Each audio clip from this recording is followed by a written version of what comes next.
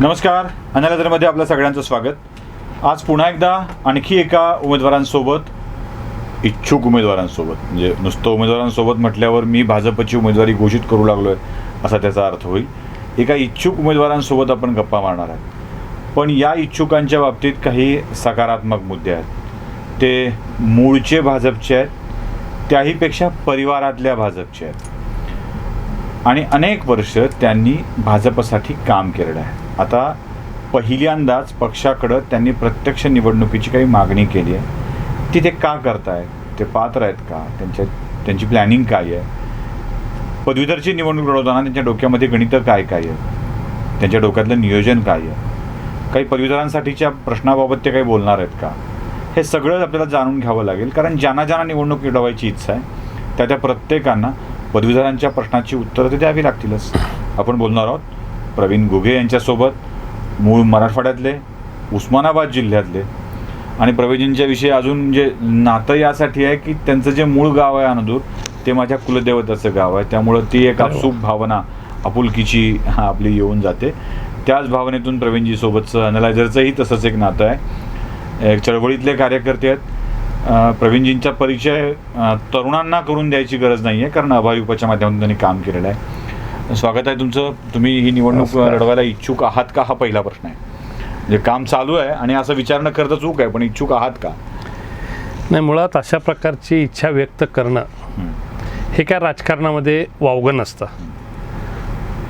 पक्ष या विषयातला विचार करत असतो की एखाद्या निवडणुकीला सामोरं जात असताना त्या जिंकण्याची क्षमता असणारा उमेदवार कोण असू शकतो, त्या ज्या क्षेत्रासाठी त्याला निवडायचं आहे त्या क्षेत्राला न्याय देणारा उमेदवार कोण असू शकतो, ह्याचा सर्वांगीण विचार हा पक्ष करतच असतो. आणि अशा प्रकारे आपणही या सगळ्या विषयामध्ये एखाद्या निवडणुकीला सामोरं जाण्यासाठी लढण्यासाठी इच्छुक आहोत की अशी इच्छा व्यक्त करणं यात वावगं काय नसतं. परंतु हे अंतिम निर्णय हा पक्ष घेत असतो आणि त्या पक्षानं घेतलेल्या निर्णयाच्या पाठीशी मात्र सर्वांनी उभं राहायचं असतं. हे इलेक्ट्रॉल मेरिट आपण नेहमी बोलत असतो सगळेच जण. हे काय आहे इलेक्ट्रॉल मेरिट आपलं? म्हणजे असं आपल्याला वाटतं की यात विजय मिळू शकेल असं कोणतं, म्हणजे तुमचं बलस्थान या निवडणुकीतलं काय त्याच्या आधारावर तुम्ही तिकीट मागताय? नाही, जात बीत हा फॅक्टर सोडून विचारतोय मी. नाही, प्रत्येक निवडणुकीचं इलेक्ट्रोल मेरिट हे ज्या त्या परिस्थितीवरती आणि त्या मतदारसंघाच्या रचनेवरती, त्या ठिकाणच्या असणाऱ्या स्वभावावरती, अन्य काही विषयावरती ते ठरत असतं. ज्यावेळेस मी मराठवाडा पदवीधर मतदारसंघाचा विचार करतो तर हा इतका एक विस्तीर्ण असणारा मतदारसंघ आहे. म्हणजे मराठवाड्यातील 8 जिल्हे असतील, 76 तालुके आणि ज्याच्या अंतर्गत 46 विधानसभा क्षेत्र येतात. तर असा एक विस्तीर्ण असणारा विधानसभा क्षेत्र आणि त्या सगळ्या मतदारसंघाचा विचार करत असताना तेथील पदवीधरांचं आपल्याला प्रतिनिधित्व करायचं आहे. अशा आणि त्या प्रश्नाला आपण काही न्याय दिला पाहिजे अशा प्रकारची जाणीव असणारं नेतृत्व, अशा सगळ्या गोष्टींचा या निवडणुकीसाठी विचार करावा लागेल. आणि त्यामुळे या निवडणुकीमध्ये खरं तर इतकी विस्तीर्ण निवडणूक असल्यामुळे, कार्यक्षेत्र असल्यामुळे काहीतरी मोठ्या रॅल्या झालेल्या आहेत, मोठ्या सभा झालेल्या आहेत, ह्याच्याने या निवडणुकीपेक्षाही हे एक कार्यकर्त्यांचं जाळं असणं, कार्यकर्त्यांचं नेटवर्क असणं आणि त्याच्यासाठी काम करणारे कार्यकर्ते आणि त्याच्या संदर्भातलं असणारं जो काही अपील असतं की तेच मतदारांना होईल अशा प्रकारचं व्यक्तिमत्व असेल आणि त्याच्याबरोबरतीच अशा प्रकारचे मुद्दे घेऊन चालणारा कार्यकर्ता असेल, हे मला असं वाटतं की या निवडणुकीसाठी मतदारांना भावणार आहे. आणि गेल्या अनेक वर्षामध्ये या मराठवाडा पदवीधर मतदारसंघाच्या गेल्या 12 वर्ष जर मी विचार केला तर अशा प्रकारचं नेतृत्व या ठिकाणी लाभलं की त्यांना या प्रश्नांची जाण सोडा, परंतु याच्या विषयातला अभ्यास करण्याचा काही त्यांनी विचार केलेला आहे, काही तशा प्रकारचे प्रयत्न केलेले दिसून येत नाहीत. आणि ह्याच्याबद्दलचा एक असणारा रोष हा आत्ता मला खूप प्रामुख्याने जाणवतोय. 2 गोष्टी आम्हाला जाणवत आहेत त्या. जयसिंगराव गायकवाड या पदवीधर मतदारसंघाचे आमदार होते. दुसऱ्यांदा भाजपला यश मिळालं ते श्रीकांत जोशींच्या माध्यमातून निसटता विजय तो होता. तिसरा आमदार भाजप अजून देऊ शकला नाही. यात आणखी एक गोष्ट मला महत्त्वाची तुमच्या निदर्शनास आणून द्यायची आहे की ज्यावेळेला 2014 साली प्रचंड मोठी मोदी लाट होती, त्या जून महिन्यामध्ये भाजपचे ज्येष्ठ नेते गोपीनाथजी मुंडे यांचा मृत्यू झाला होता. ती सहानुभूतीची लाट होती, मोदींची लाट होती. अशा स्थितीतही भाजप पहिल्या फेरीत या मतदारसंघात पराभूत झाला. आता काय स्थिती बदलली आहे की भाजपला यशाचं गणित जवळ दिसू लागलं आहे? नाही, त्या वेळेसच्या परिस्थितीत आणि आजच्या परिस्थितीमध्ये एक मूलभूत फरक आहे हे आपल्याला लक्षात घ्यावं लागेल. यामध्ये गेल्या वेळेसची जे काही मतदार होते हे 1984 पासून सातत्यानं जे मतदार राहिलेले आहेत ते पुढच्या वेळेस तेच मतदार कायम राहणं, अशा प्रकारची मतदारांची जी काही नोंदणी होती ती सगळी नोंदणी गेल्या वेळेसच्या निवडणुकीसाठी महत्त्वाची होती. आत्ता यावेळेसच्या निवडणुकीत सगळी ही नव्याने नोंदणी झालेली आहे. हा एक महत्त्वाचा मुद्दा आपल्याला लक्षात घ्यावा लागेल. गेल्या वेळेसच्या निवडणुकीचा जर आपण विचार केला तर गेल्या वेळेसच्या निवडणुकीतसुद्धा भारतीय जनता पक्षाने खूप ताकदीने ही निवडणूक लढवली आणि हे करत असताना त्यावेळेस अगोदरच्या अनेक दिवसापासून म्हणजे मुंडे साहेबांच्या मनामध्ये हा पक्का निर्धार होता की कुठल्याही परिस्थितीमध्ये आपल्याला ही निवडणूक जिंकायची आहे. आणि मुंडे साहेबांच्या गेल्या म्हणजे अनेक महिन्यांच्या सातत्यानं प्रयत्न हे मी जवळून पाहिलेले आहेत. म्हणजे मग हे सगळं निवडणूक जिंकायचे असेल तर आपल्यातला सक्षम उमेदवार कोण असू शकतो हे शोधण्यापासून ते विरोधी पक्षातले आपल्याला मदत करू शकणारे कोण कोण असू शकतात, त्यांना कशाप्रकारे कन्व्हिन्स केलं पाहिजे, त्यांना या निवडणुकीमध्ये कसं बरोबर घेतलं पाहिजे ह्याचा विचार करून अनेकांना त्यांनी या विषयातली चाचपणी केली होती. अगदी गेल्या वेळेसच्या मला एक आठवतं की अगदी म्हणजे उमेदवार ठरवण्याच्या पूर्वीसुद्धा अनेकांशी जाऊन व्यक्तिगत मुंडे साहेबांनी भेटून तुम्ही निवडणूक लढवायला इच्छुक असाल तर आम्ही तुम्हालाही मदत करू इथपर्यंत अशा अनेकांची चाचपणी केली होती.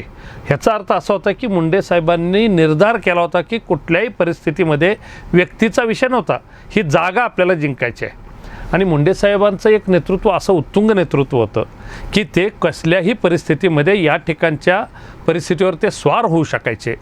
उमेदवार हा त्यांच्यासाठी हा कमळ भारतीय जनता पक्षाचा कार्यकर्ता एवढंच त्यांच्या या विषयातलं. आणि त्यांना तर आत्मविश्वास होता की त्यांची जनमानसावरती असणारी पकड, या ठिकाणी मराठवाड्याच्या जनतेशी त्यांची असणारी जोडली गेलेली नाळ आणि त्यांच्याबद्दल असणारा जो काही एक आपुलकीचा भाव सामान्य मतदारांमध्ये होता, हा सगळा हे सगळ्या निवडणुकीला इनकॅश करण्यामध्ये, निवडणूक ओढण्यामध्ये आणि कार्यकर्त्यांना ते ऊर्जावान नेतृत्व एक आम्ही सगळ्यांनी अनुभवलेलं आहे की त्यामुळे त्यांच्या याच्यातून कार्यकर्ता हा जोमानं लागायचा.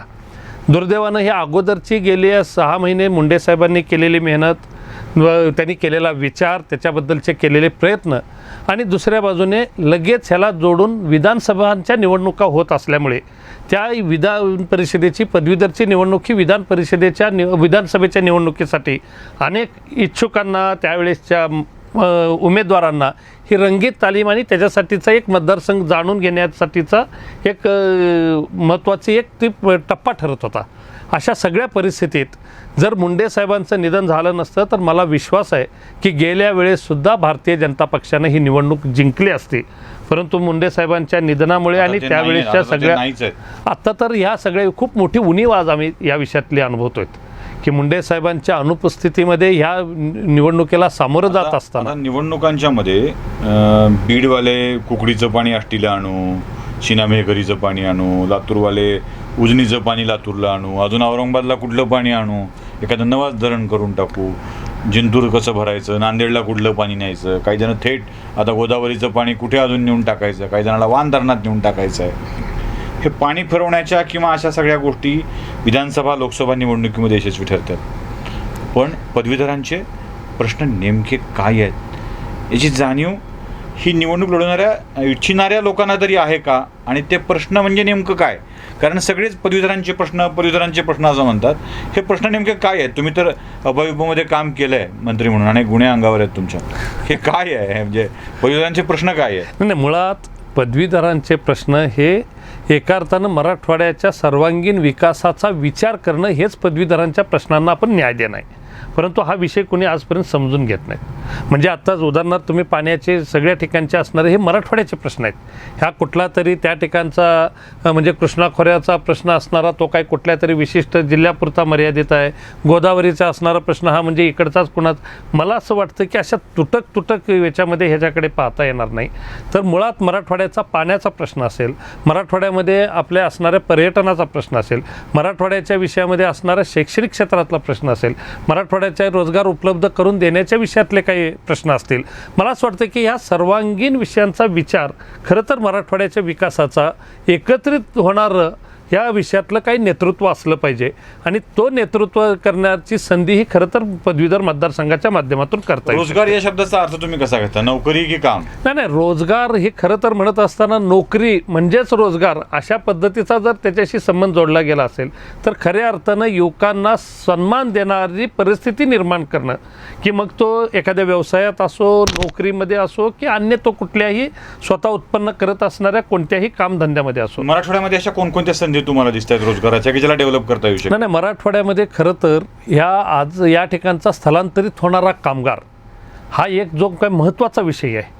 म्हणजे मग तो मी तर समजेन की वर्षानुवर्ष परंपरागत ऊसतोड कामगार जो काही काम करण्यासाठी स्थलांतरित होतो किंवा बांधकामासाठी आपल्या इथून होत असणारे जे काही स्थलांतरित होणारे कामगार असोत किंवा मग अगदी मुंबई पुण्यामध्ये मराठवाड्यातला जो काही तरुण स्थलांतरित होत असतो तो रोजगाराच्या इच्छेनं, ह्याचा अर्थ दुसरा अर्थ असा आहे की मराठवाड्यातला हा वर्ग हा काम करण्यासाठी श्रम करण्यासाठी इच्छुक आहे.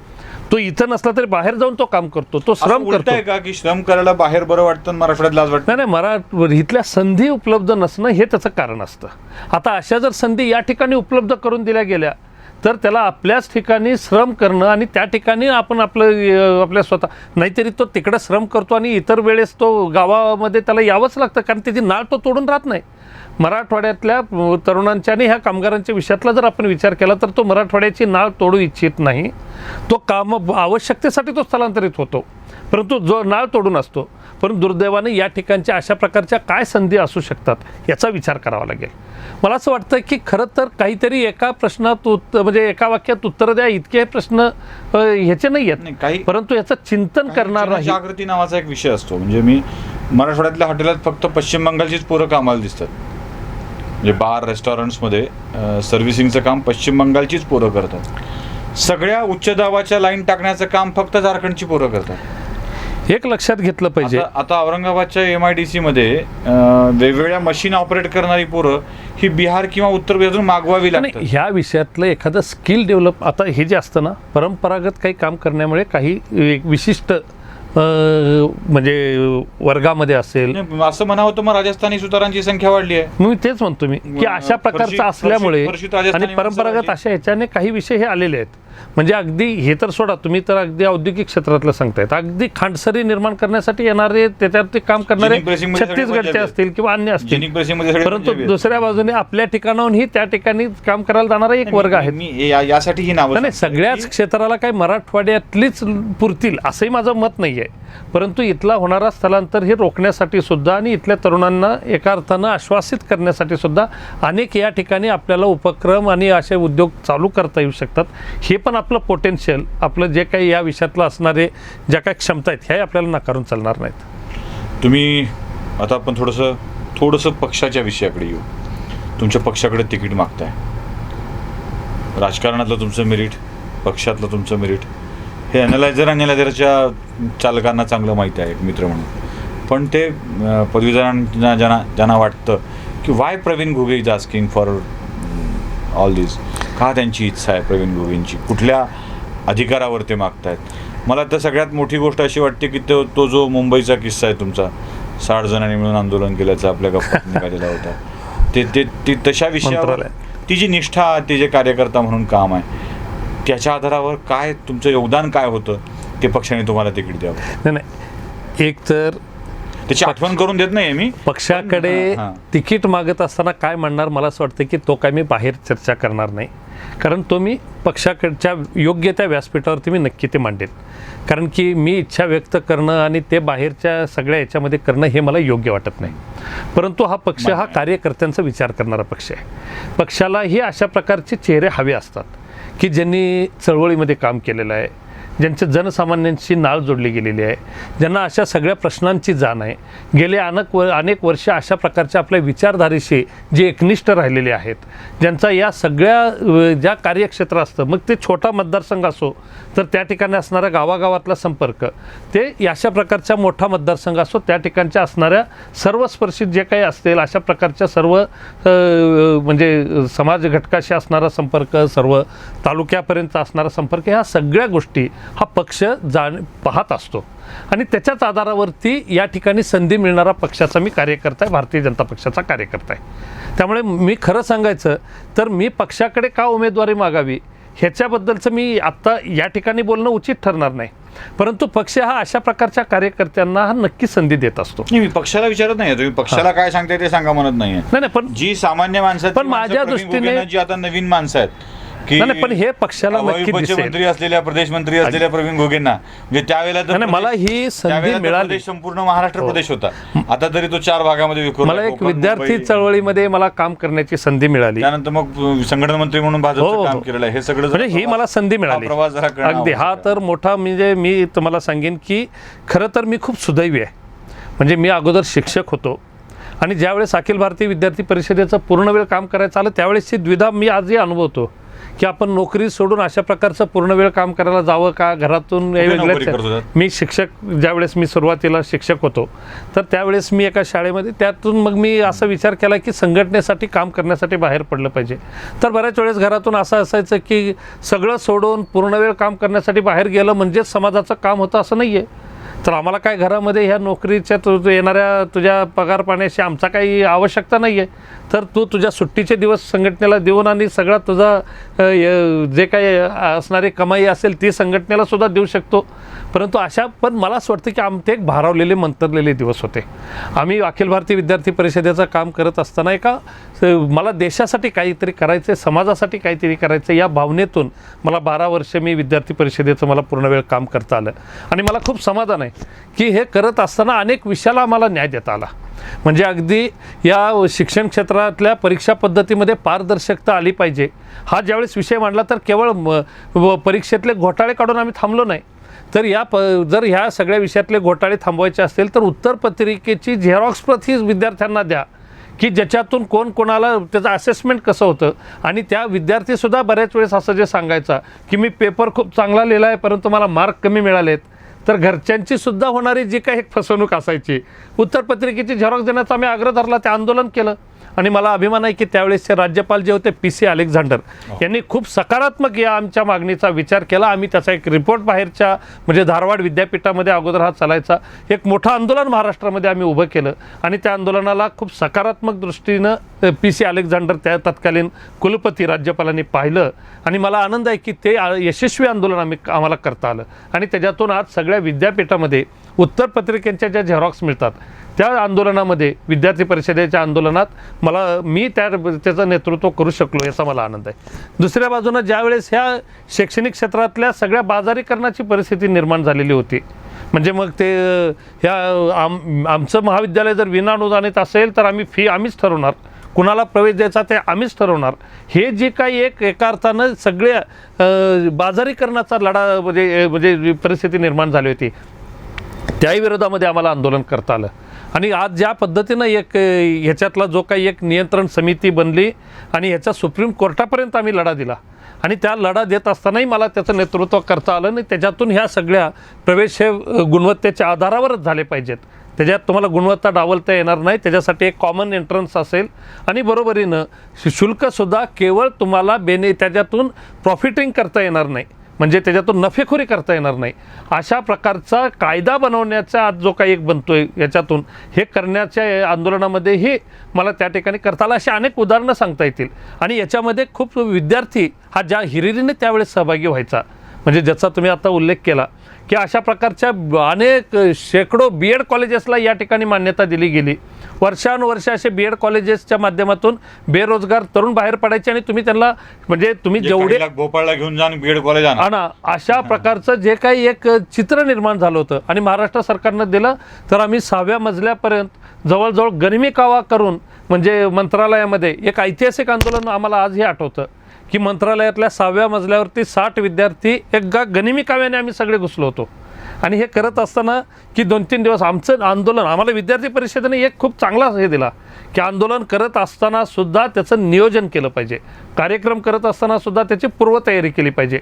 आणि ह्या सगळ्या याच्यातून एक यशस्वी आंदोलन की त्यावेळेसच्या याच्यामध्ये एक चर्चा झाली की अरे मंत्रालयाच्या 6व्या मजल्यावरती 60 विद्यार्थी हे घुसतात आणि पोलीस यंत्रणेला पत्ता नाही लागत. मग आमची काय गुप्तचर यंत्रणा आहे, आम्ही काय सुरक्षा चेक करतोय. आणि त्याच्यानंतर खूप मोठे बदल त्या ठिकाणी झाले. हे जरी असलं तरी मला असं वाटतं की अशा अनेक प्रश्नांना आम्हाला तिथे कल्याणकरांचा काही विषय होता तो आता तुम्ही आणि अशा प्रकारे या अस्मितेचे या समाजामध्ये ज्यावेळेस अशा अनेक गोष्टी घडायच्या आणि मग बोलले होते ते तर त्यावेळेस श्रीरामाच्या बद्दलच्या अवमानात्मक जे काही प्रश्न त्यांनी उद्गार काढले होते तर त्याला आम्ही जाब विचारण्यासाठी त्या ठिकाणी आम्ही कार्यकर्ते गेलो तर आमच्यावरती त्याच्याबद्दलचा एक हे झालं. पण मला असं वाटतंय की अशा अनेक चळवळीमध्ये आम्ही राहिलो, परंतु ह्या चळवळीमध्ये राहत असताना सुद्धा आमच्या विरोधात सुद्धा विचारानं करत असणारे जे काही चळवळ चालवणारे होते ह्यांच्यामध्ये सुद्धा, कारण की ते पण एका विचारानं चळवळ चालवत आहेत, भलेही त्यांचा रस्ता चुकीचा असेल, भलेही त्यांचे मुद्दे चुकीचे असतील, परंतु ते त्यासाठी एक जनसमर्थन मिळवण्याचा प्रयत्न करायचे. आणि अशा अनेकांशी आज आम्ही ज्यावेळेस भेटतो, कारण की चळवळीत काम करण्याचा एक अनुभव असतो. नंतर ज्यावेळेस अशा पद्धतीचं आल्यानंतर आजही ते म्हणतात की आम्ही चुकीच्या विषयासाठी आम्ही लढलो. आम्हालाही बऱ्याच वेळेस वाटतं की आपण जरा सगळे जास्तच आपण एकमेकांना भिडलो. जे जरी असले तरी ते एक मंतरलेले दिवस होते. आणि मला असं वाटतं की अशा चळवळीत काम केलेल्या कामाचा हा नक्की उपयोग होत असतो. एखादा प्रश्न हा कसा उचलायचा, तो कसा सोडवायचा, केवळ प्रश्न उचलण्यासाठी आणि इश्यू बनवण्यासाठी नसतो, तर प्रश्नाचं उत्तर पण सोल्युशन देता आलं पाहिजे. त्याला त्या ठिकाणचं काही ना काही तुम्हाला पर्याय उपलब्ध करणं, आणि हे आम्ही चळवळीमधून शिकलो. आणि मला असा विश्वास आहे की जर अशा प्रकारचं प्रतिनिधित्व करायला संधी मिळाली तर या सगळ्यांचा या मराठवाड्याच्या विकासासाठी, इथले प्रश्न सोडवण्यासाठी, पुढे नेण्यासाठी नक्की त्याचा उपयोग आम्ही करून घेता येईल. रामाचं नाव घेता चिडून आक्रमण करणारा कार्यकर्ता, भाजपच्या प्रदेशाध्यक्षाप्रमाणेच 12 वर्ष पक्ष संघटनेसाठी किंवा परिवारासाठी पूर्ण वेळ देणारा कार्यकर्ता. मनात स्वप्न खूप आहे, अनुभवाची शिदोरी आहे आणि त्या आधारावर ते पक्षाला उमेदवारी मागतायत, मतदारांना देखील आव्हान करतायत. अनलायझरचं काम आहे त्यांच्या भावना तुमच्यापर्यंत घेऊन येणं. त्या भावनांना कसा प्रतिसाद द्यायचा हे तुमच्या हातात आहे. पण एक सतत संघर्षरत असणारा कार्यकर्ता, संस्कृतीशी नातं ठेवणारा कार्यकर्ता, संस्कारांवर प्रामाणिक असणारा कार्यकर्ता जेव्हा आपलं हक्क मागण्यासाठी, लोकांचा आशीर्वाद मागण्यासाठी येतो, तेव्हा त्या कामात सहकार्य करणं हे देखील अनलायझरचं काम आहे. म्हणूनच प्रवीणजी सोबत आपण या गप्पा मारल्या आहेत. धन्यवाद प्रवीणजी. धन्यवाद सुशीलजी, तुम्ही आम्हाला या ठिकाणी बोलवलं, एक आमच्याही भावना व्यक्त करायला संधी दिली. आपलेही खूप खूप धन्यवाद.